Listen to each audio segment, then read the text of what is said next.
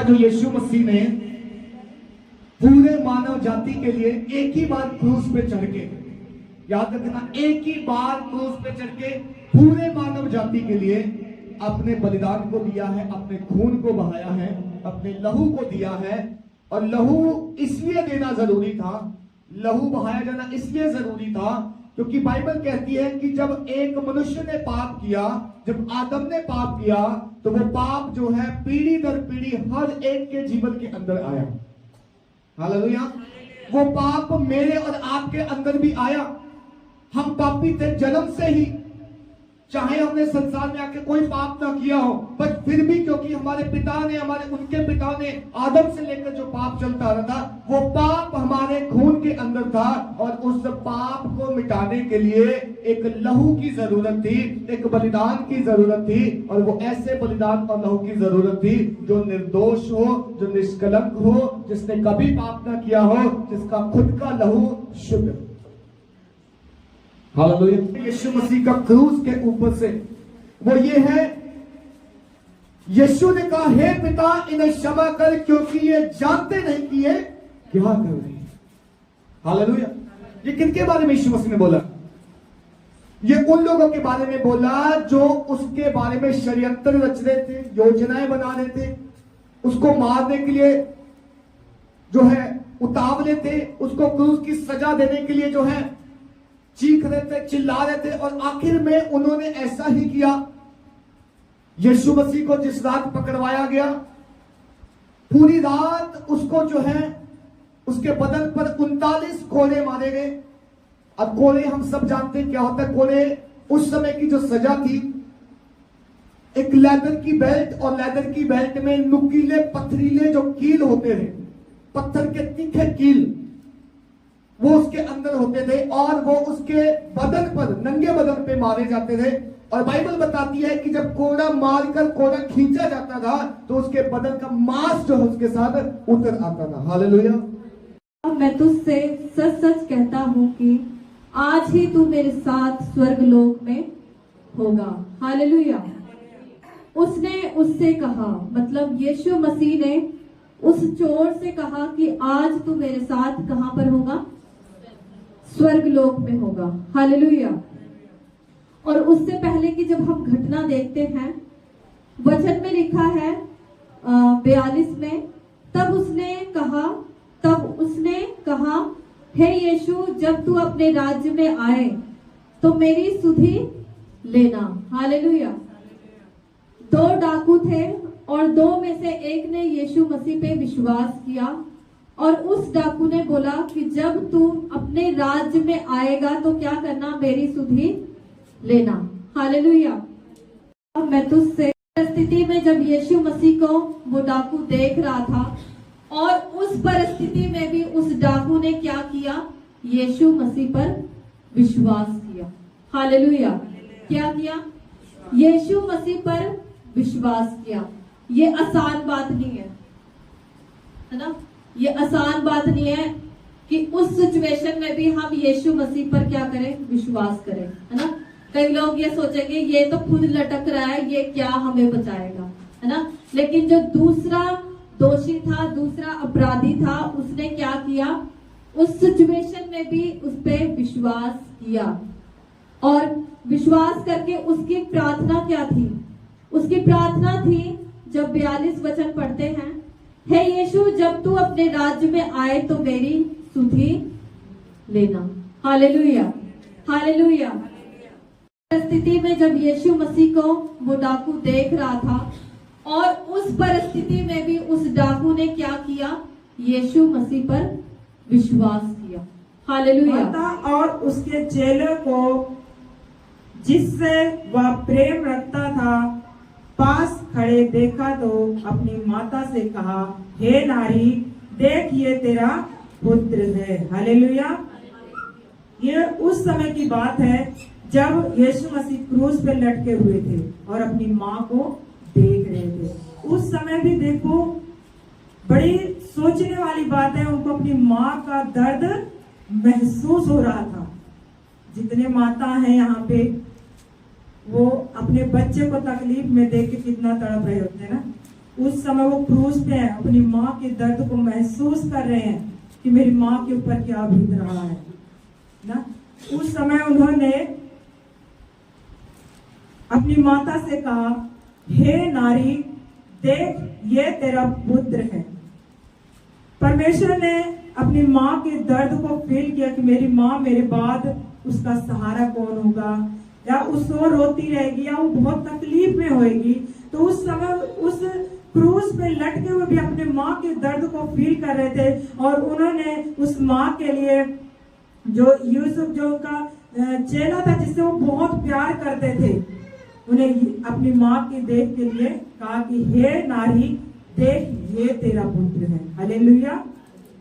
और 27 में इसी में कहे, तब उसने चेले से कहा, ये तेरी माता है। और उसी समय वह चेला उसे अपने घर ले गया। अपने माँ के दर्द के बारे में और मेरे बाद क्या होगा करके बहुत कुछ उनके अंदर चल रहा था। आज हम जो तकलीफें अपने माँ को देते हैं, कई बार ये हमारी माँ हमारे साथ बैठी होती है, पर हम बीवी को ज्यादा प्यार करते हैं, पति को ज्यादा प्यार करते हैं, अपने काम को ज्यादा वैल्यू देते हैं, पर अपनी माँ के दर्द को कभी महसूस नहीं कर पाते हैं।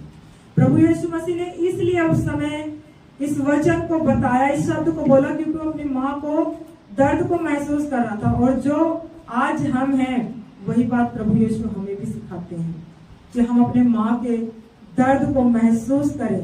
हालेलुया। और उनके बारे में सोचें, उनके बारे में हम सोचें। हम पुराना नियम में भी पढ़ते हैं 10 आज्ञाओं में कि अपने माता पिता का आदर करो। हम नए नियम में पढ़ते हैं याकूब की पत्री में कि अपने माता पिता के आज्ञाकारी बनो, क्योंकि ये तुम्हारे लिए उचित है। भजन संहिता में भी यही कहा गया है कि माता पिता का आज्ञा करो, जिससे तुम क्या पाओगे? दीर्घ आयु पाओगे। हालेलुया। एक माँ के आदर करने से, रिस्पेक्ट करने से कितना कुछ मिलता है, क्या आप नहीं लेना चाहते हो? हालेलुया। ये तीसरा शब्द, प्रभु यीशु मसीह ने अपने माँ की चिंता किया, अपने माँ के बारे में एक बेटे का इंतजाम किया, बोला कि ये हे नारी ये तेरा बेटा है। तीसरे पहर के निकट यीशु ने बड़े शब्द से पुकार कर कहा, एली एली लमा शबक्तनी, अर्थात हे मेरे परमेश्वर, हे मेरे परमेश्वर, तूने मुझे क्यों छोड़ दिया। जो इसमें एली एली लमा शक्ति का अर्थ है, हे मेरे परमेश्वर, हे मेरे परमेश्वर, तूने मुझे क्यों छोड़ दिया। ये उस घटना की बात है जब परमेश्वर अपने आप को अकेला महसूस कर रहे थे, जब पिता ने उनका साथ छोड़ दिया, तब परमेश्वर ने ये बात बोली कि हे परमेश्वर, तूने मेरा साथ क्यों छोड़ दिया। हे मेरे पिता, क्यों परमेश्वर ने, हम सोचते हैं कि परमेश्वर के पिता ने उसका साथ क्यों छोड़ा, वो तो हमेशा उसके साथ रहते थे, लेकिन खुदा ने मेरे कारण, आप लोगों के कारण और हमारे कारण, हमारे पापों को परमेश्वर लदे थे, हमारे पापों को लेकर परमेश्वर पिता से डिस्कनेक्ट हो गए थे, जिससे परमेश्वर पिता से बात नहीं कर पा रहे थे। हम आज भी महसूस कर सकते हैं कि परमेश्वर, जब हम अकेले होते हैं तो हमें कितना बुरा लगता है, लेकिन जब परमेश्वर अकेला था तो परमेश्वर को कितना बुरा लग रहा होगा कि पिता उनसे बात नहीं कर रहे, पिता ने उनके साथ को छोड़ दिया। हम देख सकते हैं इसमें लिखा है 52 वचन में, और कब्रें खुल गई और सोए हुए पवित्र लोगों के बहुत से सब जी उठे और उसके जी उठने के बाद कब्रों में निकलकर पवित्र नगर में गए। हम देखते हैं जब परमेश्वर ने ये जब बात बोली थी पिता के लिए कि परमेश्वर आपने मेरा साथ क्यों छोड़ दिया, तो पूरे देश में अंधकार छा गया और उसी ही अंधकार के बीच में से ये आवाज आई कि हे परमेश्वर, हे पिता, तूने मुझे क्यों छोड़ दिया। आज जब हम प्राण में होते हैं या आत्मा में होते हैं तो हम ये बोलते हैं कि परमेश्वर ने हमें अकेला छोड़ दिया, लेकिन परमेश्वर हमें अकेला नहीं छोड़ता। हम परमेश्वर के विश्वास पे नहीं चलते, परमेश्वर के वचन पे नहीं चलते, परमेश्वर के आज्ञाओं पे नहीं चलते, तो खुदा हमें छोड़ देता है। क्या हम जो परमेश्वर ने हमसे प्रेम किया, क्या उस प्रेम के खातिर, क्या उसके बदले हम परमेश्वर को कुछ दे सकते हैं? परमेश्वर ने हमारे पापों के खातिर क्रूस पे चढ़ गए, हमारे पापों के खातिर। ये परमेश्वर का प्रेम है। क्या हमारे खातिर कोई ऐसा कर सकता है? क्या कोई हमसे इतना प्रेम कर सकता है कि हमारे खातिर मेरे पापों को लेकर या आपके पापों को लेकर क्रूस पे चढ़ जाए? नहीं, लेकिन एक खुदा है यीशु मसीह जिसने हमारे लिए पापों के कारण क्रूस पर चढ़ा, है ना। और हम प्राण अपने शरीर में रह के हम बहुत सी चीजों को सह लेते हैं, लेकिन जब हम आत्मा में होते हैं तो हम उस चीज को नहीं सह पाते। उसी प्रकार यीशु मसीह अपने आप को अकेला महसूस कर रहे थे। उस अकेलेपन में किसके कारण? हमारे कारण। वो उस दुख में था, वो उस परेशानी में था कि क्यों खुदा तूने ऐसा किया। हमारे माइंड में भी बहुत सी चीजें चलती हैं कि हम सोचते हैं कि हम अकेले हैं, हमारे साथ कोई नहीं है, लेकिन हम जान ले कि हमारे साथ खुदा है। जितना दुख हमें होता है हमसे ज्यादा दुख खुदा को होता है। जैसे इसमें भजन संहिता में लिखा गया है 43 के 5 अध्याय में कि हे मेरे प्राण, तू क्यों गिरा जाता है, तू अंदर ही अंदर क्यों व्याकुल है। परमेश्वर पर आशा रहे, क्योंकि वो उसके दर्शन के उद्धार पाकर फिर उसका धन्यवाद करेंगे। परमेश्वर जब अपने आप को अकेला महसूस कर रहे हैं, लेकिन हम आज देखें तो आज हम खुदा से बातें कर सकते हैं। आज हम अपने आप को अकेला महसूस नहीं कर पाते हैं, क्योंकि हमारे साथ खुदा का वचन होता है। हम बोलते हैं कि परमेश्वर हमसे बात करता है कि तू आत्मा में व्याकुल क्यों हो रहा है, तू क्यों सोच रहा है ना। क्यों परमेश्वर से तू बातें कर रहा है कि परमेश्वर मैं अपने आप को अकेला महसूस कर रहा हूँ, तो खुदा पर आशा लगा। परमेश्वर हमारी मदद करता है। और इसी प्रकार इसमें 27 अध्याय के जो 9 वचन में लिखा है, अपना मुख मुझसे न छिपा, अपने दास को क्रोध करके न हटा, तू मेरा सहायक बना है। हे मेरे उद्धार करने वाले परमेश्वर, मुझे त्यागना और मुझे छोड़ना। आज के जब टाइम पे हम परमेश्वर से इन वचनों के लिए बात करते हैं, परमेश्वर तू अपना मुख, अपना मतलब फेस मेरे से मत मोड़, तू मेरा सहायक है, तू मेरा मददगार है। लेकिन जब परमेश्वर को उस पे थे, परमेश्वर किससे बात करते हैं, किससे बोलते हैं? वो तो उस टाइम पे अकेले थे। हम तो अपनी बातों को, जो हमारा अकेलापन होता है, उससे हम परमेश्वर से शेयर कर देते हैं, हम परमेश्वर आगे रो देते हैं और खुदा हमारी वो बातें सुनता है। लेकिन उस टाइम पे यीशु मसीह की बात पिता ने नहीं सुनी, उसे कितना बुरा लग रहा होगा हमारे खातिर, है ना।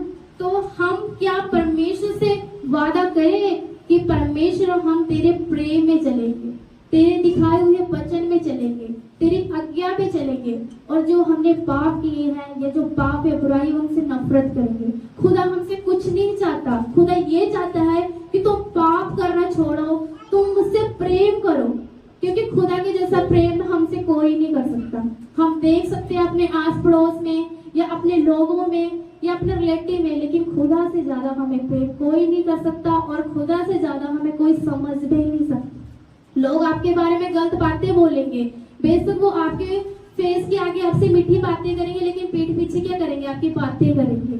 लेकिन खुदा हमसे प्रेम करता है, वो हमें सिखाता है। अगर हम गलत होंगे वो हमें बताएगा कि हम सही मार्ग पर चले, है ना। तो हम पापों से नफरत करें, तौबा करें उस पिता के लिए जिसने क्रूस पर चढ़कर हमारे खातिर और आपके खातिर लहू बहाया।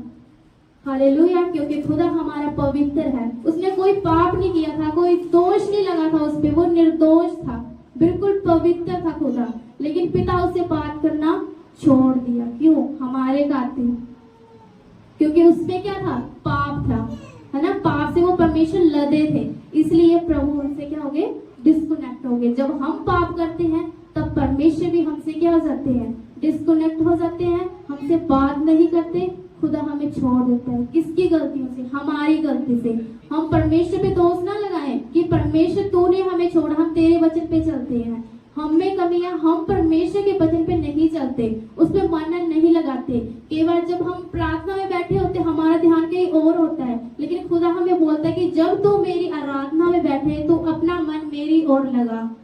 जो तेरी बाहरली बोझ है, जो तेरी टेंशन है, तू उसको बाहर छोड़ के जब तू मेरे आराधनालय में आता है, तू प्रार्थना कर उस चीज के लिए। क्योंकि हम जब परेशानी में होते तो हम ये नहीं बोलते कि खुदा ने मुझे छोड़ दिया, उस टाइम पे हम ये बोलते कि लोगों ने मुझे छोड़ दिया।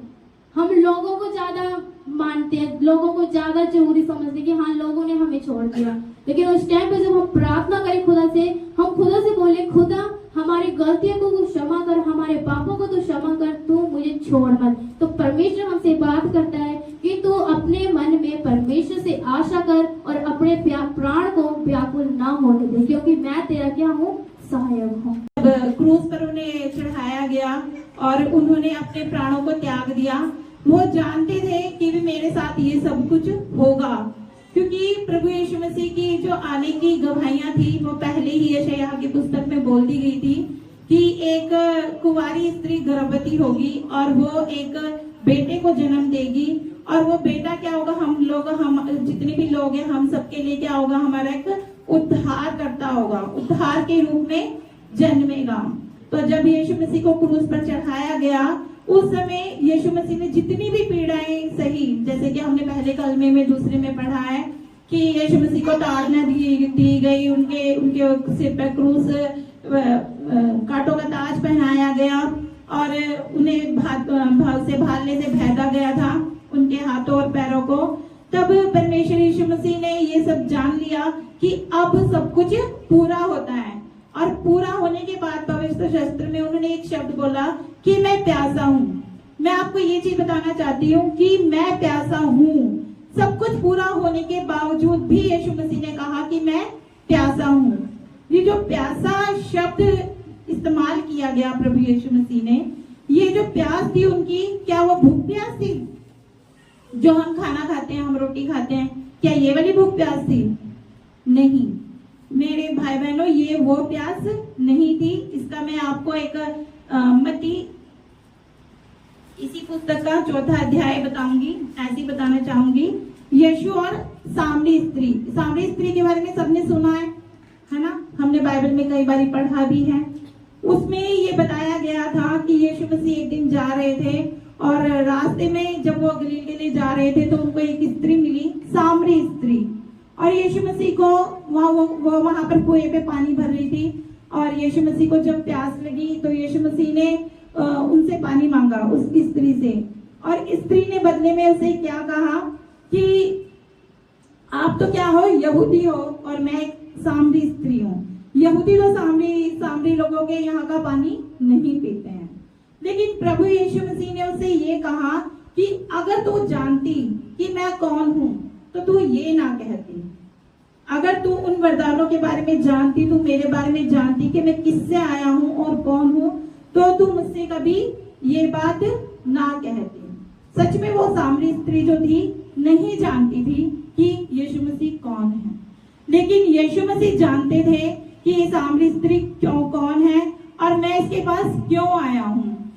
प्रभु यीशु मसीह सामरी स्त्री से मिले और उसे पानी के लिए कहा, परंतु उसने जब ऐसे बोला तो प्रभु यीशु मसीह ने वचन में कहा, यदि तू परमेश्वर के वरदान को जानती और यह भी जानती कि वह कौन है जो तुझसे कहता है मुझे पानी पिला, तो तू उससे मांगती, उल्टा क्या करती, उससे मांगती और वह तुझे जीवन का जल देता।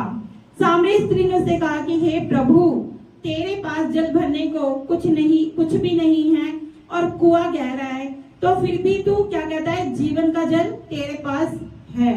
प्रभु यीशु मसीह ने जो यहाँ पर बोला है ना कि वरदान को जानती और यह भी जानती कि मैं कौन हूँ, तो तू उल्टा क्या करती, मुझसे मांगती, क्योंकि इस वचन में प्रभु यीशु मसीह उसे पवित्र आत्मा देना चाहता था। प्रभु उसे अपना आत्मा देना चाहता। जब प्रभु के पास था वो इसीलिए गया था वहां पे कि वो उस स्त्री से मिले और उसे अपना आत्मा दे, और वो मेरी गवाही जाके और लोगों को सुनाए, और लोग भी क्या है, बचाए जाए। प्रभु के पास किसी चीज की कमी नहीं थी, पर लेकिन प्यास थी तो एक नई आत्मा बचाने की, रूहें बचाने की। प्रभु यीशु मसीह ने इतना कुछ धरती पर सहा, फिर भी उसके बावजूद भी अंत में प्रभु ने ये कहा कि मैं प्यासा हूँ। किस चीज के लिए प्यासा था प्रभु यीशु मसीह? ताकि वो और लोगों को बचा सके। जितने बच गए वो काफी नहीं था, प्रभु के लिए काफी नहीं था। उन्होंने इतनी सेवकाइयां की, इतने साल वो बाहर गए, लंगड़ों को, बहरों को, सबको चंगा किया, बहुत काम किया, लेकिन प्रभु यीशु मसीह के अंदर फिर भी ये बात थी कि जब मैं उठाया जाऊंगा, स्वर्ग में जाऊंगा, पिता के पास जाऊंगा, तो वहां पर जाके मुझे और रूहों के बारे में भी बताना है कि और रूहें जो बची हैं वो कौन बचाएगा। तो प्रभु यीशु मसीह ने इसलिए उसके पास गया, सामरी स्त्री के पास, ताकि जो वरदान मेरे पास है मैं इनके ऊपर डाल सकूं, इन्हें दे सकूं। क्योंकि जब ये भरे होंगे, जब इनके पास सोता होगा, जब इनके पास जल होगा, तभी तो ये किसी के पास उड़ेंगे।